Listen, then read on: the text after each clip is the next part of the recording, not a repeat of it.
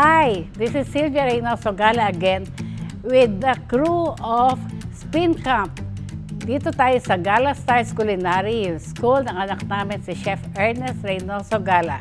Ang ating gagawin ngayon ay ready-to-cook fried chicken templados. Ito ang best seller ng Magnolia, templados. Talagang malaging nabibili ito sa lahat ng supermarket, Monterey Meat Shop at sa kanilang online iHub. Kasi ang sarap-sarap po niya. Ito gagawin natin. Tapos, meron po tayo dito with aioli sauce. Unang gagawin natin, aioli sauce. We have 2 tablespoons garlic. Kasi aioli, syempre, mabawang. Then we have 3 tablespoons calamansi juice, 1 teaspoon ng liquid seasoning, 1/4 teaspoon salt, and 1/4 teaspoon pepper, and of course 1.5 cups Magnolia mayo. Lasang langit po yan. Tapos we have 1 tablespoon parsley. Gagamitin ho natin ngayon blender. Kung wala ho tayong blender, no problem. Katulad ng ibang video natin, you can just use a wooden bowl or any bowl and just mix it. Pag ginamit ho natin ito, yung ating blender, lalagay ho muna natin kalahati nitong Magnolia mayo. Kasi pag linagay niyo ho ang bawang kaagad, kuminsan natatrap ho yung bawang sa ilalim. So, Magnolia mayo muna. Kalahati ho nun. Then, we will put, of course, the garlic. 2 tablespoons garlic. You chop it na para it's easier. Tapos, we put the 3 tablespoons calamansi juice. Yan. Then, the liquid seasoning, 1/4 teaspoon. Then, 1/4 teaspoon fine salt. Pag nakalagay ho sa mga recipe sa mga cookbook, salt, that means fine salt. Again, we will have to distribute it. Don't just dump your salt there. Kasi kawawa naman ho yung makakakuha, puro asin lang. Then, you have 1/4 teaspoon pepper. Napansin nyo ho, kukunti lang ang ingredients natin kasi templado na eh. Tapos, we have, of course, parsley. Parsley is very important, especially when I was in Spain. Sabi ng teacher namin, we Spaniards eat a lot of garlic. But no problem, we chew a lot of parsley. So, parsley and garlic always go together. Yan, we have 1 tablespoon. Then, we will cover and blend. Perfect. Then, we will add the remaining Magnolia mayo. Total hong gagamitin natin, 1.5 cups Magnolia mayo. Okay, scrape, scrape, scrape. And then, we put at number 2. Halfway po, we have to push it.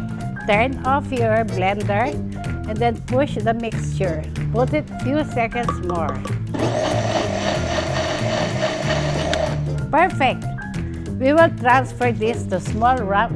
The French, they call it ramekang. Yung maarte naman yung ramekang. Ramekins na lang. Lalagay natin ho ito dito.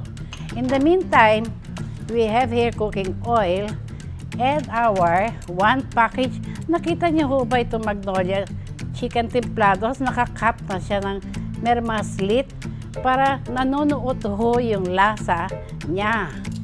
Okay, ganito. Yung oil natin ay very important tip. Anything you want crispy in your life, you have to deep fry. Meaning enough oil to cover what you're frying. Okay?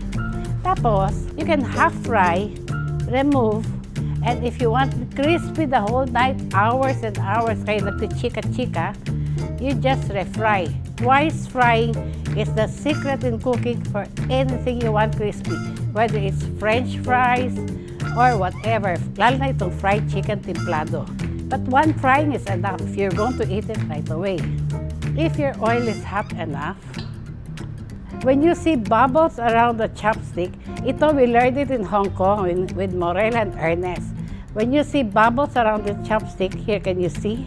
Meron siyang little bubbles, that means 350 degrees. More bubbles around it, 400 degrees. That's for tempura. Tempura, you always cook at 400 degrees. Para it will not stay down, it will just float up. There, beautiful. We turn off the fire. Yeah. And then, that's when you will fry the fried chicken.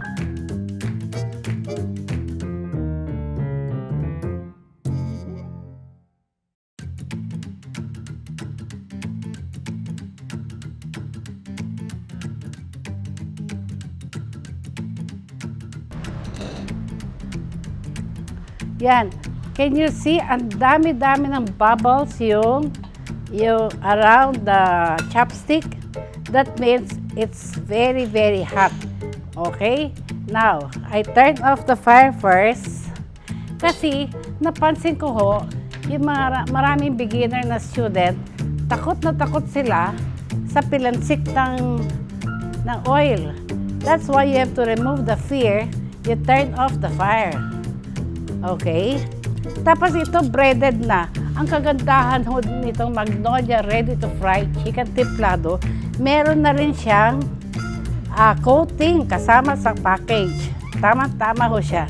Naka-off ang fire, ha? Okay.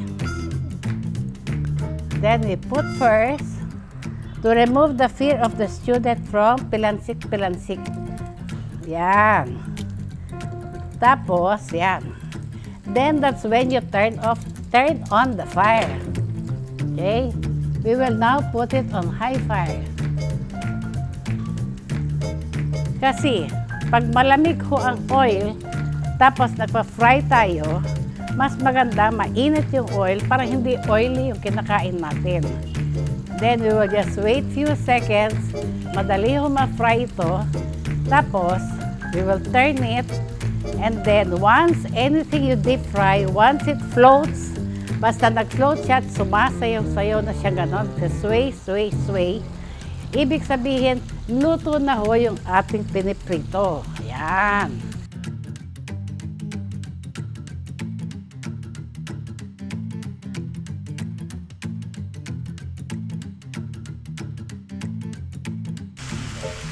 Wow! Wow! Yan! Ang ganda-ganda ho! Nakikita nyo, sumasayaw-sayaw na siya. Yan! Ibig sabihin, luto na. I will turn off the fire. And another tip, when you fry anything, maski isda, you have to have this one, paper towel. Yan. Colander lined with paper towel. Yan, ready to serve. Wow! Ang ganda! Kaya pala ito #1 seller ng ng Magnolia. Chicken templados.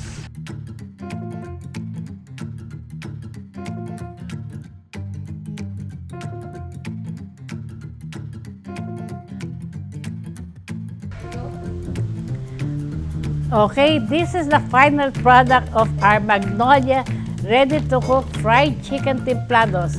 May coating na ho sa loob, tapos meron aioli sauce. You can serve it with anything, with ketchup or with your regular gravy. Ang ganda, hindi ho ba? Tapos ang ganda pa ng color. Kaakit-akit. Kaya takbo na ho kayo sa supermarket o sa Monterey Meat Shops. Meron ho niyan or sa iHub. Bye-bye!